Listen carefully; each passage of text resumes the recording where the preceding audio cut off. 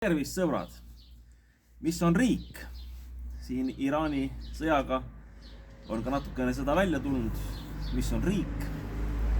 Ja ma vaataksin seda asja niimoodi, et võrdleksin Eestit ja Araabia riike. Et kui turistid jäid lõksu ja on siiamaani lõksus osad, siis Dubais ja Abu Dhabis ja kus iganes nad on, siis oli neil vajalik täiendavalt hotellis viibida päevi. See maksab. Kui Eestis oleks selline asi juhtunud, siis turist peaks oma taskust maksma ja ta ei tule kunagi siia enam tagasi. Ei mõtlegi riik midagi kinni maksta ega näe endal süüd.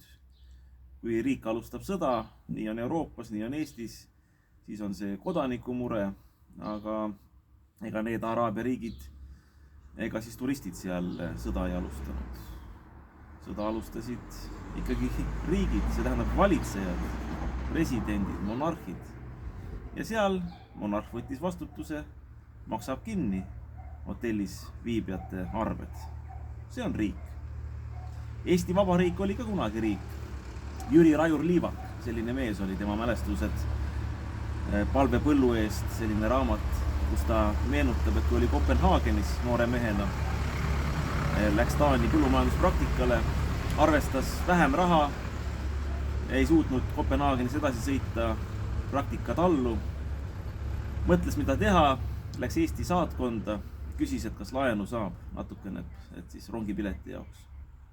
Aga saatkonnas öeldi, et mis laenu? Näed, siin on 50 krooni, võtke, käige päev otsa Kopenhaagenis ringi, millal te ikka siia satute, elus esimest korda tulite, võib-olla viimast korda, ja siis minge praktika kohta. Vaatate natukene maailma. Jüri Rajur Liivak ütles, et okei, ma kirjutan siis võlatähele alla. Mis võlatähele? Maksate tagasi, kui tulete Eestisse tagasi õppinud mehena oma tööga ja maksudega. See on riik.